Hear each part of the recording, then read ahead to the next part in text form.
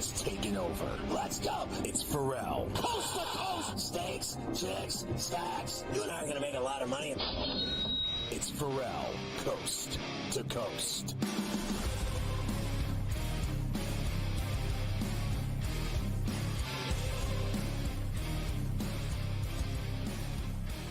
It's pain-free Friday. Ferrall's doling out minutes on a mahogany, waxing it up. 100, 200, the bad state of Brooklyn, a bad apple with a bad attitude. We are live in New York City, the Big Apple. Ooh.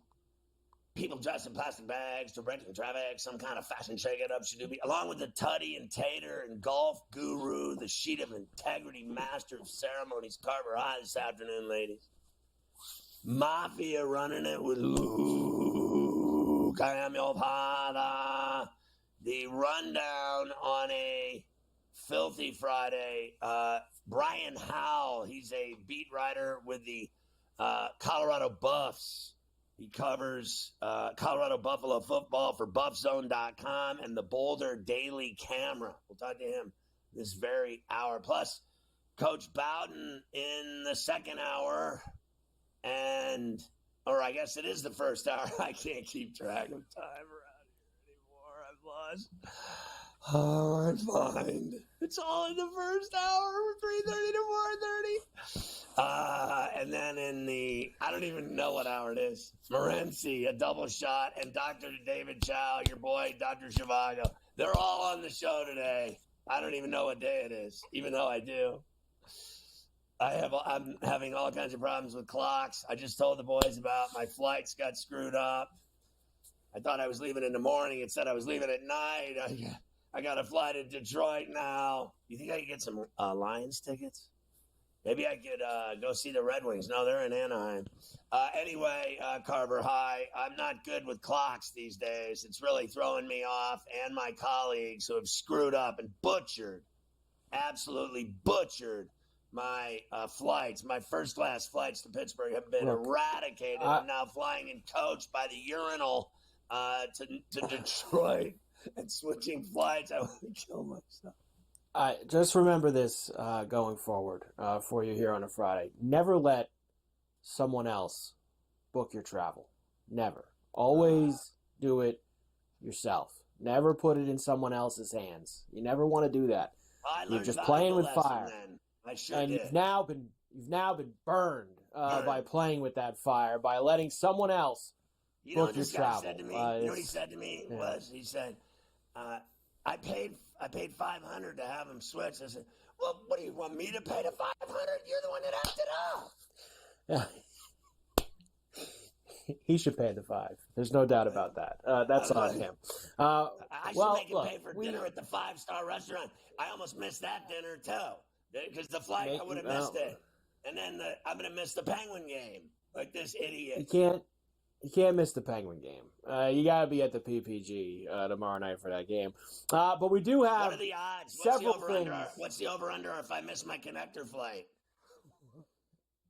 I really didn't want to bring it up with you. I don't think that there's any reason for you to think about that right now. I don't think that you should wait 3 hours before you start thinking about problems like that. Don't do that during the show. You're just going to get yourself upset. This morning I got up at 5 to play ball. I drove a half hour to play ball, and no one was there. I was the only one standing in the parking lot in the pitch black. No one showed up to play, even though they said they were playing. I got the email. We're playing. See you at 5 in the morning. I go to play. No one was there.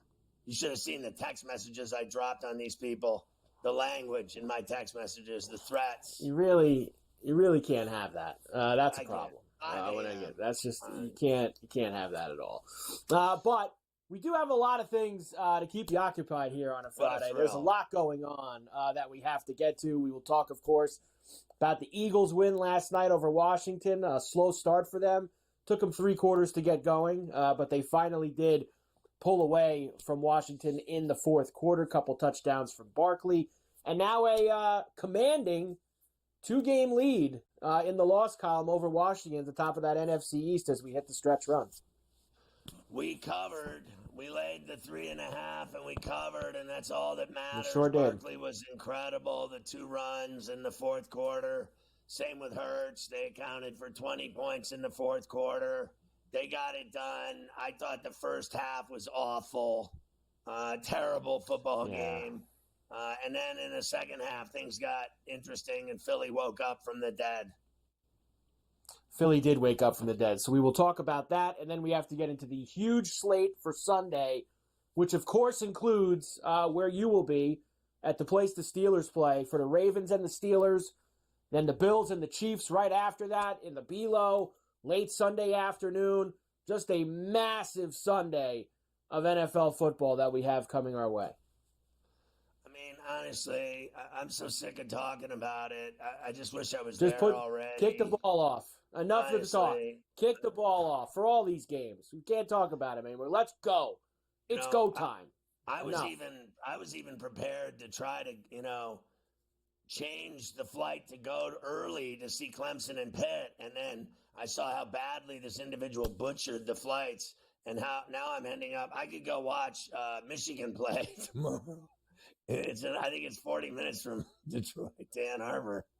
I can't keep track of it, but there's so much going on. The Steeler-Raven game is so awesome, and we've talked about it so much. I'm sick of it. I just want to see the game now. What else am I going to say about it? It's like talking about that stupid Tyson fight. I don't even care anymore. Just do it. We will, even though, have, as we always do on a Friday, Mike Tomlin's words of wisdom today. Thank God. On C2C. We always need that heading into the weekend, so we'll have that. We've got a little Josh Allen on the other game. No Kincaid for the Bills, as he's going to be out, so they're missing one of their tight ends.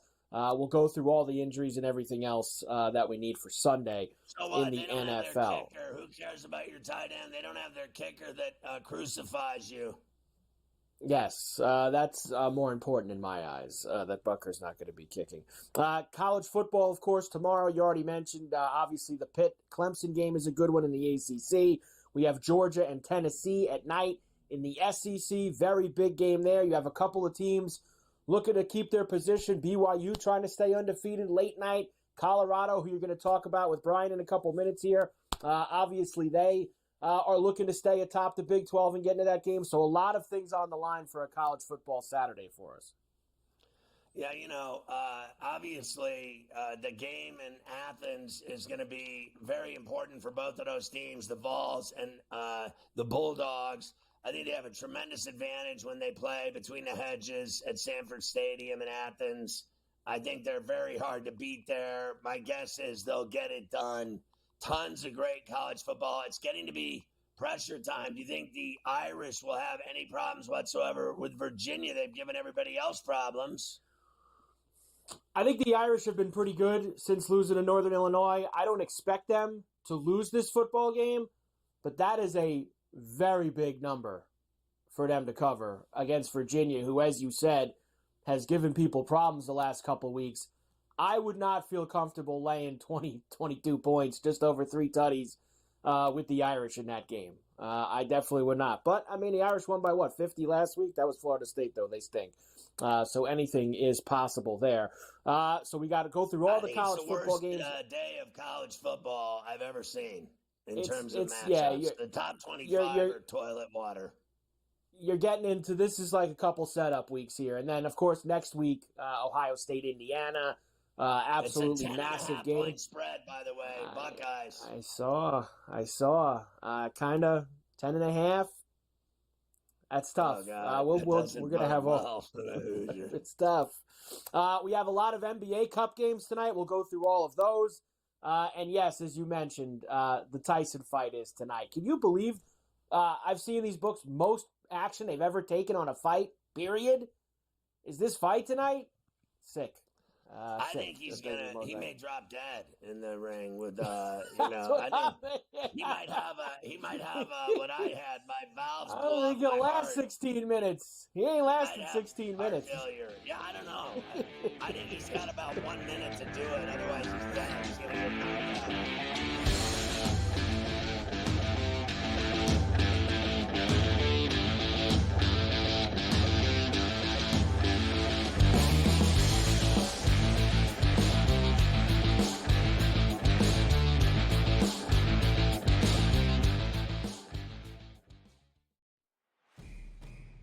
it's a new era in CFB to start off this year, put on full display. My take on this game is simple. I know some people will be upset about it. Good riddance to the Pac-12. Can you do it in terms of the week to week to week? I don't see a pathway for this team to miss the college football playoffs. We want to make sure you have those best bets in the entirety of our betting cards. That was Lincoln! But he had that program was really going there! Only on SportsGrid. We live in a society right now where everybody's a snowflake, everybody's a cupcake, and everybody thinks that nothing is fair. Everything is like, it's not fair. We should have a better chance. We need more. You know what? I'm old enough to remember when you needed to have a perfect goddamn record to win a college football championship. That's the way it was. 11-1, too bad. Sports Rage tonight, only on SportsGrid. Grandma Bear, who owns the football team, probably comes in, gives a little, oh, man, you're such a good little boy out there. Congratulations, the way you coach this football team. I'm never going to fire you. Totally, I missed you pinching your own cheek because I was looking down and did not know we were getting. Oh, Donnie, you got such a good show there with that guy named Ben. Like, that's what your grandma would do to you when you go see her on Thanksgiving or Christmas, The Early Line, only on SportsGrid. Tony Bennett stepping down and resigning from Virginia right before the season started versus the Villanova team that, folks, I gotta take my glasses off. I can't figure this team out. I can't figure this team out for 2 damn years. And the problem that keeps coming up is the coaching of Kyle Neptune. Betting above the rim, only on SportsGrid.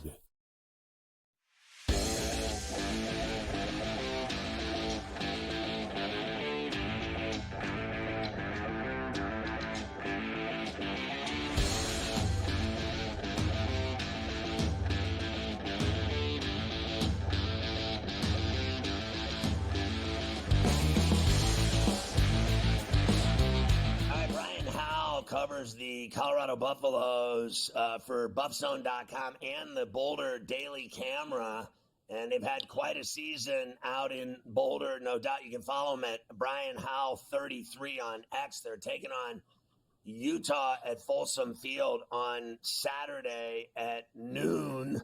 The game is on Fox. Brian, good to see you. I want to start with this. Everyone always talks about Prime and Sanders and, Hunter, and that's all they ever do. I want to talk first about that pass rush that airs, that defense that leads the Big 12 in sacks, and they got at least 9 guys that have been getting it done, sacking quarterbacks. You get that pressure on the pocket, anything, possible can happen. And, you could get fumbles, you can get loss of down, you can put them in deep third and long situations. I think it's made them a much better football team this year, that pass rush. Yeah, no question. You make a great point, and there's not a Sanders or a Hunter on that pass rush. So they are getting it done with other people. And, they proved it to your point the other day. They finished off that game by getting a strip sack there in the end zone, and Shiloh Sanders actually picked it up and scored the touchdown to put that game away. But, twice in the last couple of weeks, or last few weeks, they've had 7 sacks on the road. So they're getting a lot of different guys. There's not one dominant guy that's got like 10 sacks. They just got a bunch of people that, they've had, I think, 6 different guys this year have had 2 sack games. And so they've got just a lot of different people they can rotate through and get pressure on the quarterback. Has BJ Green been the main stud, though? Yeah, in recent weeks he has been. He got off to a slow start. He was getting pressure, but as a team, they weren't really getting sacks the first 4 weeks or so. They've got most of their sacks in the last 5 games, and he kind of started it. He had, I think he had a 2-sack game, maybe at UCF. I can't remember where it was, but he's been a monster. He had 2 more against Texas Tech, so he's their best guy, but they've got other guys for sure. I don't really think Utah has that great of a team this year. They were favored to win the Big 12. They've been anything but. I thought last week their athletic director made a fool of himself after that game at Rice-Eccles. I've never actually seen an AD have a meltdown like that before publicly at a presser and like embarrass the entire school and athletic program, to be honest with you. But they have owned Colorado. They have beaten Colorado so many times, 11 of 12, and they beat them 3 straight times at Folsom Field. Does any of that worry you with this game on Saturday? Not really. The only thing that worries me is I still have great respect for Utah, and even though they're not having the season that we thought, they're still tough. I mean, that defense is number 1 in the Big 12, so you have to respect that. They haven't allowed more than 27 points to anybody this year. They got one of the best pass defenses in the country, and that's CU's strength on offense is throwing the football. So you have to respect that. But Utah can't score. I mean, they're averaging 14 points a game over the last 5 weeks, and Cam Rising we know is out. The kid they brought in last week for a spark against BYU, Brandon Rose, he's out for the year. They lost their star tight end Brant Keithy last week, so I just don't know how Utah is going to score. So I'm not worried about CU winning the game. I don't know if it's going to be pretty. I don't know if they're going to blow them out, but I'm not too worried about CU winning the game. I think they're a much better football team right now than Utah is. Yeah, I do too. And what they've been doing to teams in the third quarter has been unbelievable. Like, they come out of the tunnel in the second half and they destroy teams. They've outscored them 76-24 in the third. They light it up. Why do you think they've been so effective then?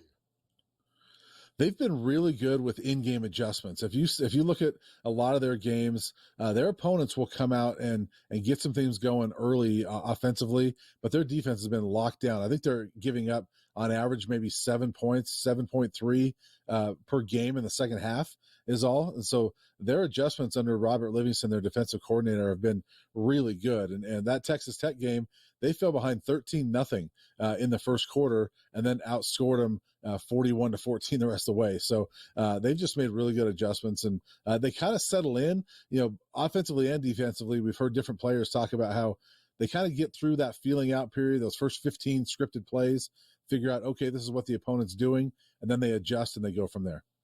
So they have Kansas, and isn't that game at Arrowhead? Didn't Kansas pulled off a huge upset at Arrowhead last week? And besides playing at Arrowhead, they have sucked. But when they play at Arrowhead, they look terrific. You have to beat them, and you have to beat Oklahoma State at Folsom, and then you're basically in the Big 12 title game. Yeah. Yeah, I think that Kansas game is the trickiest one. They've been playing better football. Kansas was another one of those teams that was supposed to be really good this year and has not been, but they've played much better the last 3 weeks.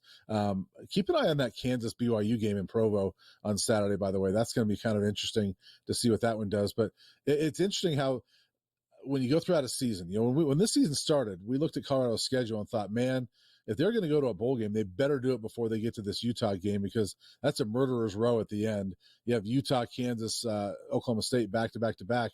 That's 3 of the favorites in the conference. Well, that's the 3 bottom teams in the conference right now because they've been so disappointing. So I think Colorado should run the table at this point and be in Arlington on December 7th. What a job he's done, honestly. Is there truth in any of the talk that you've heard about him?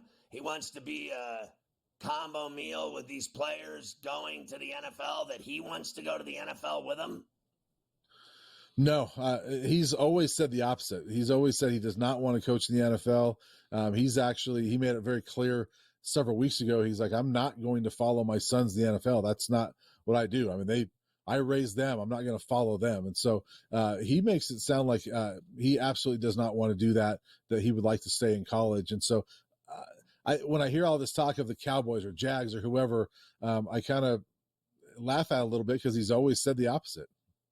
Wow. All right, Brian, great stuff. Should be a good game tomorrow against the Utes. We'll see how the Buffs go from here. I hope they're in the Big 12 title game. Quite a turnaround from what they did last year to this year. They sure have been fun to watch. Way more this season, I'll tell you that much. Thanks for coming on Coast to Coast, Brian.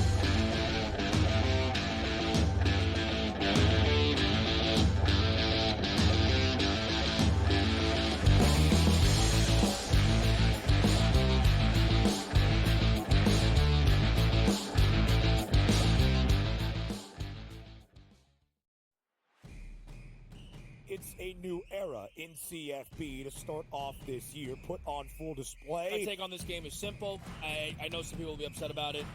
Good riddance to the Pac-12. Can you do it in terms of the week to week to week? I don't see a pathway for this team to miss the college football playoffs. We want to make sure you have those best bets in the entirety of our betting cards. That was Lincoln! But he had that program Only on SportsGrid. We live in a society right now where everybody's a snowflake, everybody's a cupcake, and everybody thinks that nothing is fair. Everything is like, it's not fair. We should have a better chance. We need more. You know what? I'm old enough to remember when you needed to have a perfect goddamn record to win a college football championship. That's the way it was. 11-1, too bad. Sports Rage tonight. Only on SportsGrid.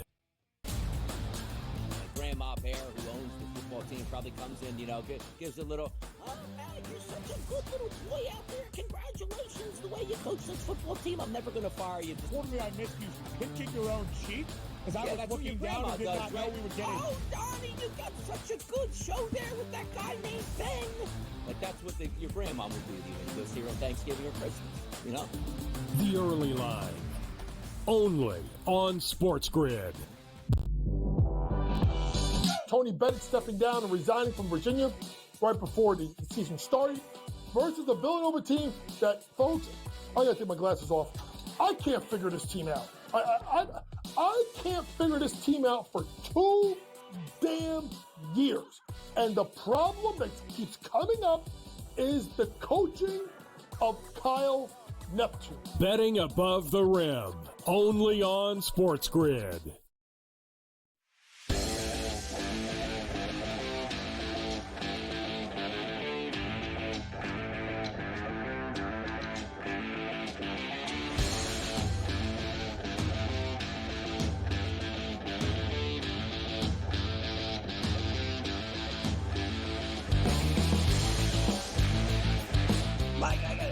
I think if Florida State fired Norvell and offered him that job, he would go back to Tallahassee in 2 seconds.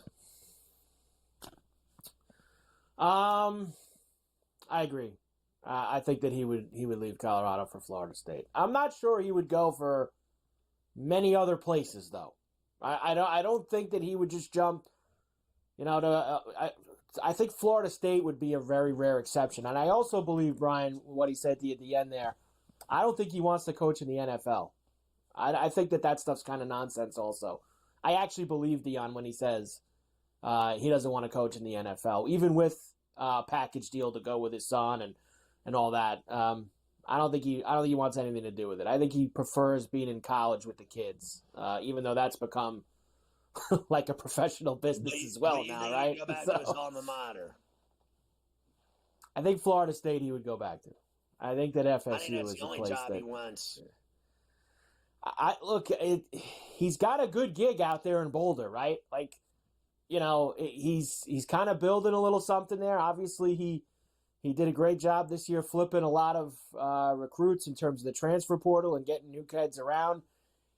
And, the Big 12 is a pretty wide open conference look at this year. He might win it this year in the first year of this really large expanded conference. So I think he's going to maybe settle down in Boulder. And that Florida State situation, it's pretty bleak right now. I mean, they got kids jumping off the ship left and right at that place. How in God's name does Mike Norvell and Billy Napier survive at Florida State and Florida with as awful as they've been? It really is beyond me. I can't figure it out. Like, I'd fire both of them. I agree with you on Norvell because it's amazing. Big time football. Big time.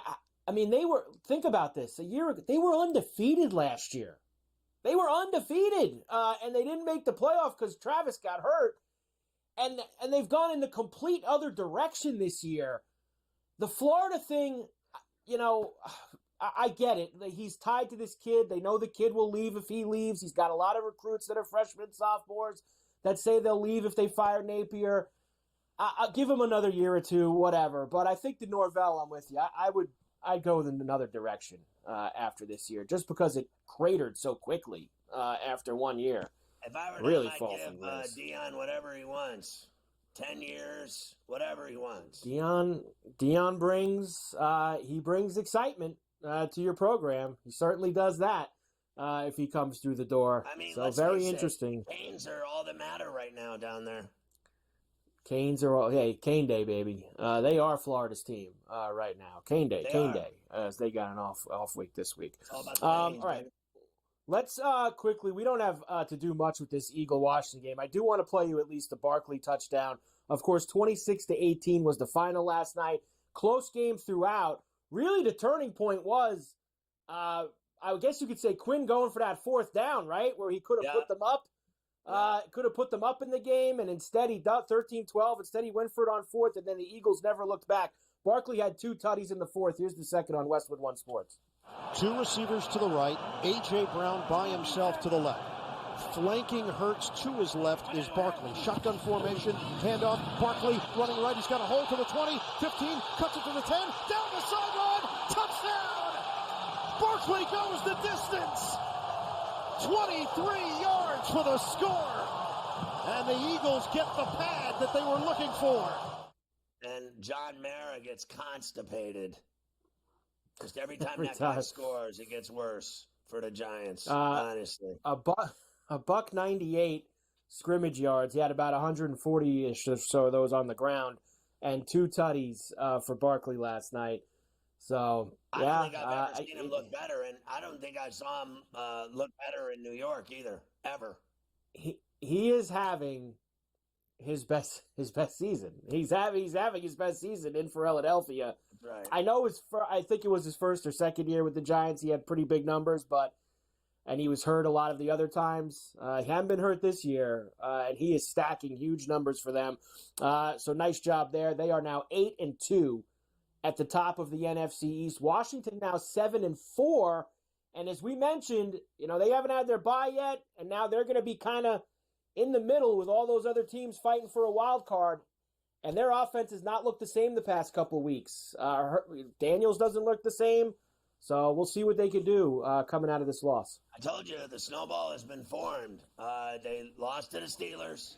Now they've lost a huge, enormous divisional game in the East. Eagles, it could keep going in the wrong direction.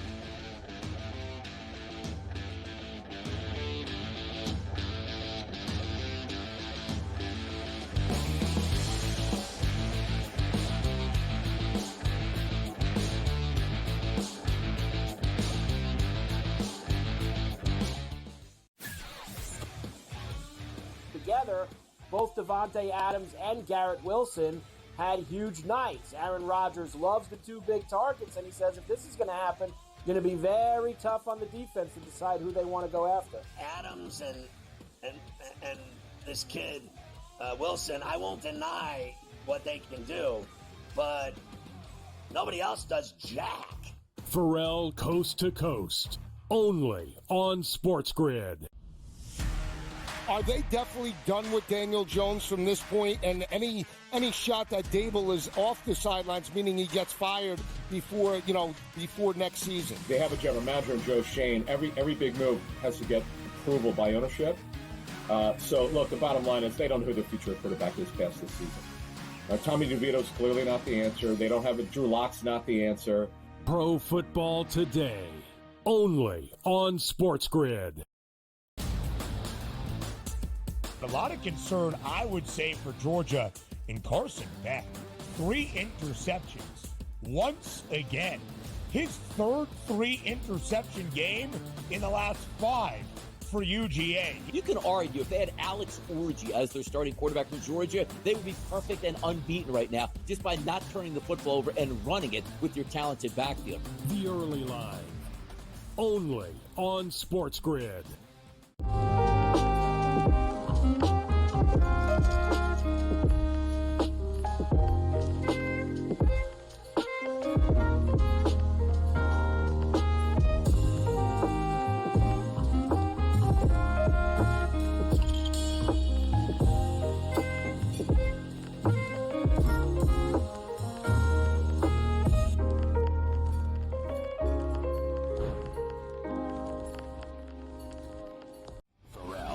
has taken over. Let's go. It's Ferrall. Coast to coast. Steaks, chicks, stacks. You and I are going to make a lot of money.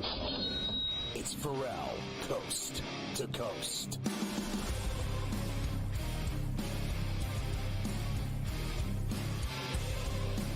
Always great to have Coach Terry Bowden on from the Bowden Blitz. Check out the podcast and the show at the Bowden Blitz, and it's on SportsGrid as well. Long career coaching and quite the family name, certainly.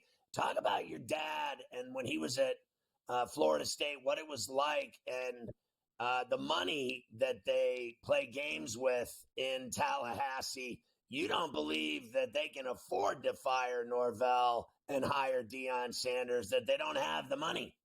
Well, I guess they have the money. I think they're not used to putting that kind of money above what they put in before. My dad was there 34 years. And so the money never changed a lot. He was able to win and build. And so facilities weren't kept up. The salaries weren't kept up as much. Jimbo left because they couldn't build what he wanted to build. And then when Norvell came in, they said, let's go do it. And now they've tied a lot of money into him. The facilities are really getting nice. The NILs took a ton of money. And I'm saying if they don't, I'm not saying they won't. I'm saying if they don't, I got to feel it'll be about having to they've got so much money already invested in NILs and in the head coach's salary. Do you believe that if they fired Norvell, that Deion would want that job? You know, I was trying to call him today, and the phone was busy. He was. They said he was on the phone to Florida. I don't know. I'm just kidding. I don't think he's thinking about that. I would hate to put that on. He's got a big game. He's got a chance to turn Colorado around. Who knows what Deion would do? But I guarantee there's a lot of people. Of course, I like Mike Norvell, and I don't want to get into that. He needs to be gone. But there's a lot of people that would love to have Deion down there. Well, what the hell happened to him? The guy was undefeated last year. Have you ever in your entire career gone and had a season like that and then turn around and was anywhere near this terrible? What was his record with Travis last year? 13-0? Yeah. How much did he get beat in that last game with that third-team quarterback? 50-something? Yeah. Now, I won't say he should not have collapsed, but when you don't have a quarterback, you don't have a big chance. He put all his money into a quarterback that really didn't pan out. And for whatever reason, he didn't have a backup. And Cam Ward went to Miami. That's who they wanted. And so he got stuck without a quarterback. But so you got to have another one. It's a point I guess I'm trying to make. But that's how important that position is, because once it snowballs, I think the second issue comes up. FSU has a lot of outstanding NIL portal transfers. And I've always wondered, when things don't go right, when they're promised not only are you going to make some money, but you're going to play for a national championship, you're going to be a limelight team. We were 13-0 last year out the season. What happens when all that falls through? What kind of reason do they have to play hard for the team? And I've always wondered, having coached 28 years as a head coach in college, how you handle that. I think we're seeing them jump ship at Florida State left and right. Yeah, they're decommitting the wind blows. I mean, it's unbelievable. All right, let's talk about Colorado tomorrow against Utah at Folsom Field. Utah is a mess, but they've beaten them 3 straight times there in 11 of 12. Do they have any shot against Colorado tomorrow with that 11? Well, they played against number one defense, scoring defense in the conference. No, I don't think they have a chance the way Colorado is playing. Colorado is, Shedeur Sanders, it's kind of like what my dad had Deion. If he makes big plays, my dad wins at FSU. When Sanders makes big plays at Colorado, they win. But the last 2 or 3 weeks, they protected their quarterback. For 2.5 years, he was leading the nation and getting sacked. They had no protection. In the last 3 or 4 games, they've found it, and they've been outstanding. They've won the last 3, 6 of their last 7, and they're really hot. They're playing better defense. If they would just run the ball, I don't think this is a national championship caliber team because they still average 7 to 8 yards running. But I think if they'll just keep their eyes focused on their goals, we'll see them in the conference championship game. So I'm headed to Pittsburgh for the Ravens-Steelers game on Sunday, and I'm going to the Penguins-Sharks tomorrow night. I wanted to go to Clemson and Pitt. That game also in Pittsburgh tomorrow. Do you think Pitt turns it around after a couple of brutal losses? No, I don't think so. I'm not even sure Holstein's going to be fully 100% ready to play, and he's been a real catalyst for them until he got hurt. And they haven't been able to play very well with him partially ready to go and his backup. And that's kind of a Cinderella season like they've had, or a season where they win games they're not supposed to. They win all their close games. If you lose something like a quarterback, that falls apart. Whereas Clemson started out with that terrible loss to Georgia. But Cade Klubnik came through, got better and better. Their defense played very physical last week. Phil Maffa, the running back, has given them a powerful running attack. I think they're going to win against Pitt. They've got a better football team. They're heading in the right direction right now with their football program, with a great win over Virginia Tech last week. Now, they got a tough road to hoe after that to get anywhere they want to get, including a conference championship. But I'll tell you, I think they go into Pittsburgh and ride their momentum. Yeah, so do I. Tulane's been on fire, Coach Bowden, and they're playing Navy. I think Tulane's won 7 in a row. They're 8-2 now. They're favored by a tutty. You know, this game at Bryce Williams in Columbia with South Carolina and Missouri, they're laying 2 touchdowns. It's too many points, isn't it? They're both decent. Yeah, I've got them winning the ballgame. They're really the team everybody thought they would be at the beginning of the season. They've got outstanding quarterback Lenoris Sellers and the Rocket Sanders, the running back, is doing a great job. But Missouri's not that bad of a team. They're not the team. It's like this. Missouri's not the team we thought they would be with their quarterback out. Makes it even tougher. South Carolina is now the team everybody thought they would be, and that's kind of where they are right now. But that's too many points to lay down this game. Missouri knows how to play football. They've got a great, outstanding head coach, and so I think South Carolina continues to roll. But I got to put my points. I got to put my money on Missouri. All right, so what about Boise and San Jose State? You know, the games at Spartan Stadium, they're not that bad. They're 6-3. They're getting 2 touchdowns as well from the Broncos. Boise State on the road with Jenny. This is kind of a neat football game. I think you've got some excitement. You got the nation's number 1 running back with Ashton Genty, and you got the nation's number 1 receiver in Nick. Incredible. He leads the nation in receptions. It's going to be a one-on-one battle, but Boise's a better football team. Boise's 15-1 against the Spartans over the last 15, 16 times they've played. And I know that I think Boise's they're proud. Every game is a championship game for Boise State. And although they both have the same record, when you look at how they played, and Boise only has 1 loss, which is to Oregon, I think when you look how they play, I think Boise just rolls in this game. And I think I'm going to take Boise to cover and win this football game. I got 25 seconds. Tennessee at Georgia in Athens, and the Bulldogs are laying 9.5. You know what? They're not going to cover that 9.5. I believe that Georgia's going to win the game because I never could imagine them losing 2 in a row, much less 2 in a season, much less 2 in a row. But I'm going to go with Tennessee to beat the spot and cover the spread. Georgia's going to pull it off because it's an incredible place to play, and Tennessee doesn't have bad impact in it. Coach, enjoy the games this weekend. Love you. Thank you.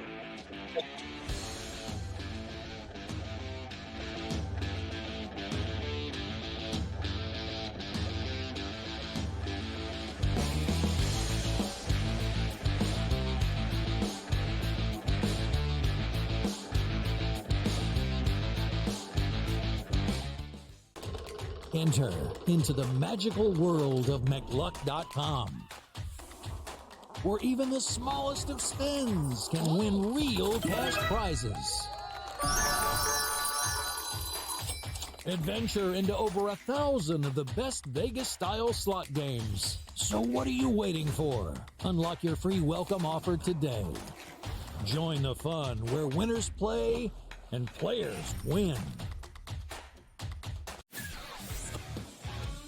Together, both Devontae Adams and Garrett Wilson had huge nights. Aaron Rodgers loves the 2 big targets, and he says if this is going to happen, it's going to be very tough on the defense to decide who they want to go after.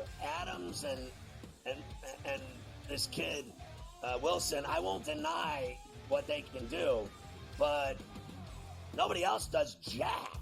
Ferrall Coast to Coast, only on SportsGrid. Are they definitely done with Daniel Jones from this point? And any shot that Dable is off the sidelines, meaning he gets fired before next season? They have a general manager in Joe Shane. Every big move has to get approval by ownership. So, look, the bottom line is they don't know who the future quarterback is past this season. Tommy DeVito's clearly not the answer. They don't have a Drew Lock's not the answer. Pro Football Today, only on SportsGrid. A lot of concern, I would say, for Georgia in Carson Beck. 3 interceptions once again. His third 3-interception game in the last 5 for UGA. You can argue if they had Alex Orji as their starting quarterback for Georgia, they would be perfect and unbeaten right now just by not turning the football over and running it with your talented backfield. The Early Line, only on SportsGrid.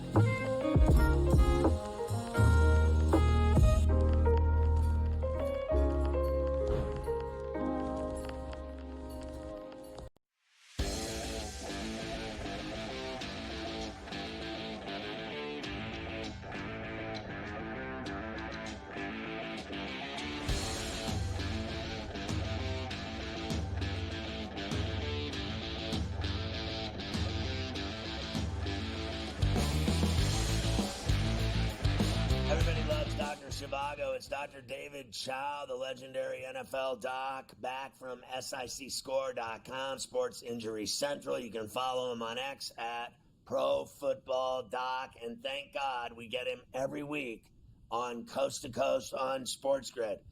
Good to see you, Doc. Let's start with this. Tyson fighting Paul tonight in Jerry's World in Arlington. Are you surprised he got cleared to fight, considering his age and the fact that he had a medical episode just a month or two ago? Yeah, it's been a couple months since that ulcer and bleed. That's why we said it would be delayed so long. We talked a lot about this. I even had Jim Lampley on my little podcast for a little bit talking about it. It's not a traditional fight, right? It's 14-ounce gloves instead of 10-ounce, 2 rounds, 2-minute rounds, 8 rounds. It'll be interesting, but here's the thing. I don't care who you are, and I am a huge fan of the great Mike Tyson. But he's 58, okay? I don't know how old you are, Scott, but, I'm an old guy. All right. I mean, come on now. I mean, like, in high school, I could maybe barely dunk a basketball. I can't touch the bottom of the net, okay? It's against a 27-year-old, okay? I mean, look, can he get lucky and catch him early? But Jake Paul's going to stay away. And think about this. Jake Paul's going to stay away from him early to tire him out a little bit. And if Jake Paul is also not going to beat him up early, why? Because it'd be like elder abuse if he does. So it's going to be entertaining. It's a made-for-TV thing. But I just don't see how okay, Scott, name any physical sport with contact and stamina involved, whether football, basketball, name it, where a 58-year-old could beat a 27-year-old. I mean, look, Michael Jordan at 58 against a 1AA college player in a full-court NBA game, not half-court, or Jerry Rice at 58 being covered by a 27-year-old. Age, father time is a beast. That's all I can say. Yeah, I mean, I think it's stupid, the whole thing, to be honest with you. I think it's a farce, and I think you got to be half stupid to even watch it. Sam Darnold and Aaron Jones both missed practice earlier this week, but they're not off the injury report and will play. What condition are they in? Are they going to be effective at all for Minneapolis' favorite Vikings? Sam Darnold's hand is a non-issue. It's just, don't throw any more picks, Sam. But otherwise, Aaron Jones is fine. He already played through the rib cartilage issue. He'll play through again against the Titans. Sam Laporta did not practice this week, but has a 6 score of 79. Is he out for the Lions? Yeah, we're going to lower that. He's going to be out. The only reason it was at 79 is if he was going to take an injection for his AC joint to play through, and it doesn't seem like that's going to be the case. So his 6 score is going to go down, and he's going to be out. Lions, 14-point favorites at home against Jacksonville. What about Reek Hill's wrist? He says he's going to not have the surgery and play through it. Is he going to be able to pull it off? Yes, we believe it is a left wrist scapholunate ligament tear that's been from early season, preseason. Surgery is on the table, but it is something that you can wait to the end of the season for. Look, we haven't seen Tyreek Hill dropping balls, right? I mean, he just hasn't gotten the targets. His legs are fine. His speed is fine. He can play through. If anything, the wrist injury affects his blocking ability. But to see him finishing the season until the Dolphins are eliminated, and then he may elect to have surgery. Darnell Mooney, is he crazy to be playing for the Falcons with an Achilles injury? No, I think it's more tendonitis. He's able to play through and will continue to play through. But Atlanta has 8 players out. 7 of those 8 players are defensive players against Denver this week. Nico Collins has been practicing. Is he going to get some burn, or is he going to be limited? Well, he's going to get some burn this week. I got burned last week. I thought he was healthy and ready to go last week, but the team decided to hold him back one more. He's definitely going this week against the Cowboys. How is Brian Thomas recovering from his chest injury? Oh, he's playing through. He's going to be catching balls from Mac Jones. He'll be better this week than last week from the chest ribs injury, but he should be okay. Jaylen Warren played great against the Commanders in Landover last week for the Steelers in their win over the Commanders, but now he's got back issues this week. What's his status? Questionable, unknown for sure. It's an unspecified back issue. He could go, but Najee Harris is going to play. And the only one for the Steelers, the main one, is Alex Highsmith with his significant ankle sprain, will miss this week against the Ravens. And the Ravens should have Kyle Hamilton back from his mild ankle sprain. How unfortunate. Amari Cooper, how's he doing? And I know Kincaid's out. I don't want Hamilton playing. I'm going to the Steeler game. I don't want him anywhere near the field. Oh, I caught that. I just chuckling a little bit there. So hey, look.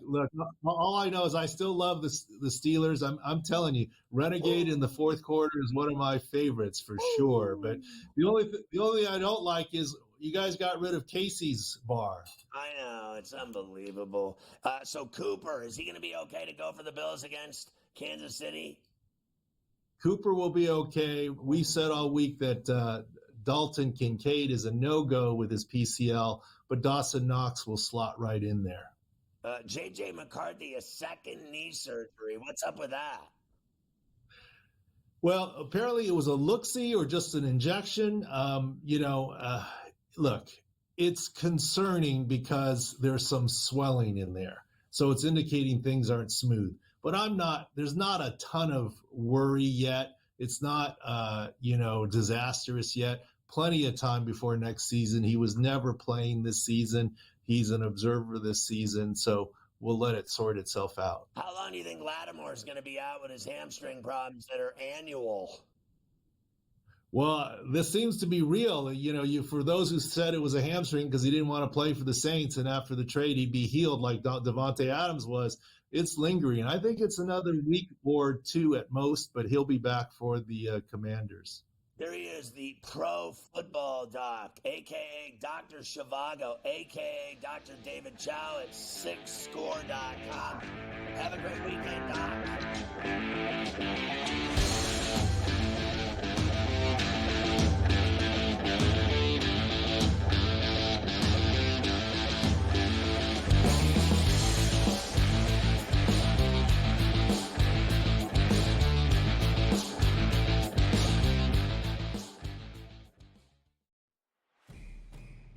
It's a new era in CFB to start off this year, put on full display. My take on this game is simple. I know some people will be upset about it.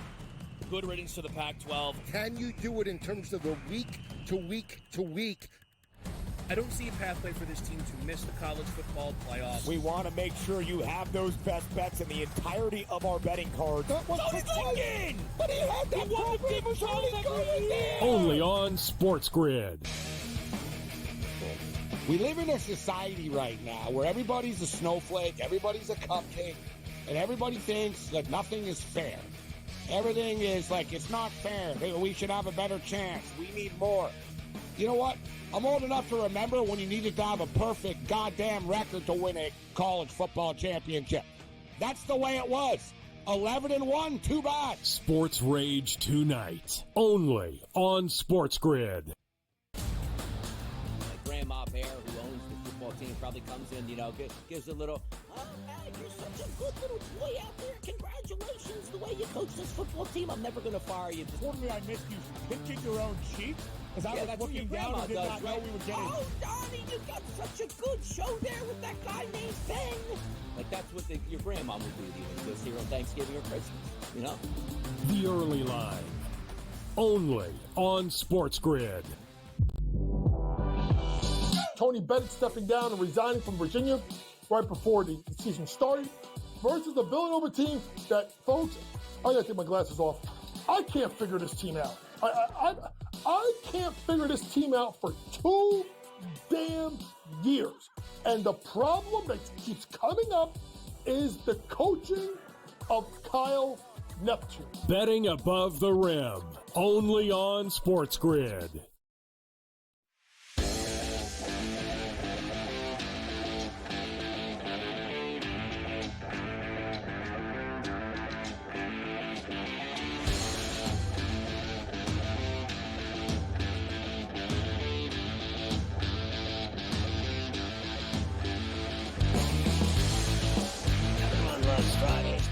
We get a nice thick dose of Mike Tomlin's words of wisdom. We always love this on a Friday, especially when it's such an enormous game for the Steelers and that you're going to be there at the place the Steelers play on Sunday for it. So the subject of this week's words of wisdom from Mike Tomlin, you know what it is. Steelers and the Ravens getting together again. It's really cool to be in these games, not because it's them, but because they're a good team. This time of year, you want to be leaning in on five-star matchups and being a component of it.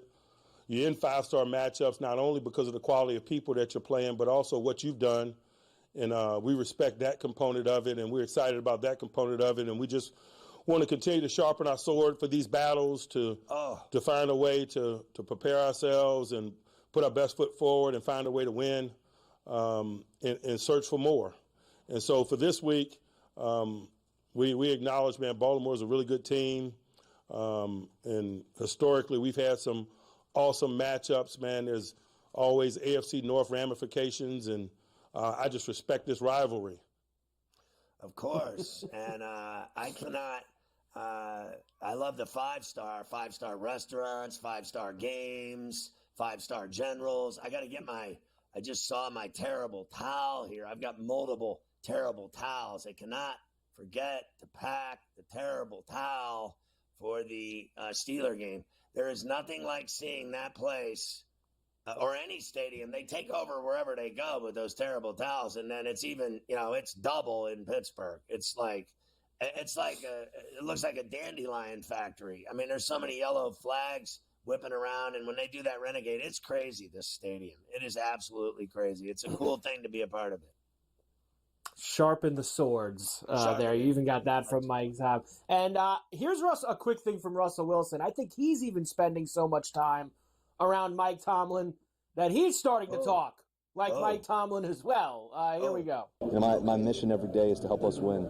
And, I think that's what we try to bring to the table every day. And this whole team and everybody, we're so focused on just trying to love the moments, be in the moments. What would I give you earlier this week? 9 of their 10 games have gone over the total so far this year. We get over that 48 and a half? Yeah, well, their secondary is the worst in the NFL. They have not improved. They give up a lot of yards in the air. They give up a lot of tutties in the air. So the Steelers are scoring 31 plus a week with the last 3 games with Russell Wilson. So if they live up to any of that, and they already are good, there's no way the Steelers are shutting them out. This team will score. They will find the end zone, and it looks like an over to me. It looks like a wild football game. It's just that I'm curious about it because it never is with these two. Now, I get it. The Steeler offense is better this year than it's been in the past, but I mean, listen to their games. These are the last 6, 7, 8 games. 17-10, 17-10, 16-13, 16-14, 16-13, 20-19, 19-14. I mean, that's 8 or 9 games I'm giving you. These games are always low scoring, close to the vest, blue-collar games. I think that's where I'm going to go with here. I think this is an under, believe it or not, despite how much the Ravens have gone over this year. I think the Steelers win, and I think it stays under the 48.5. For Sunday. All right, listen, I've already bet the Steelers at 3.5. So if you gotta have the 3.5, I can roll with your under. I don't have a problem with that. I'm going to be there. I got betting opportunities. I'll make a bet. And I told you, well, I'll save it for the touchdowns. We'll do this when we get to the touchdowns. I got a Steeler for you.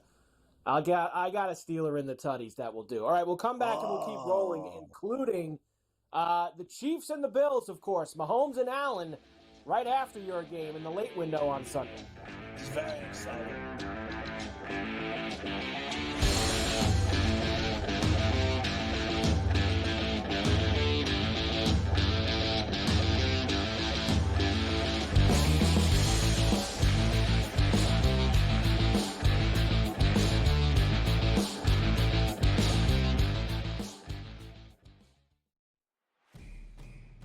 It's a new era in CFB to start off this year, put on full display. My take on this game is simple. I know some people will be upset about it.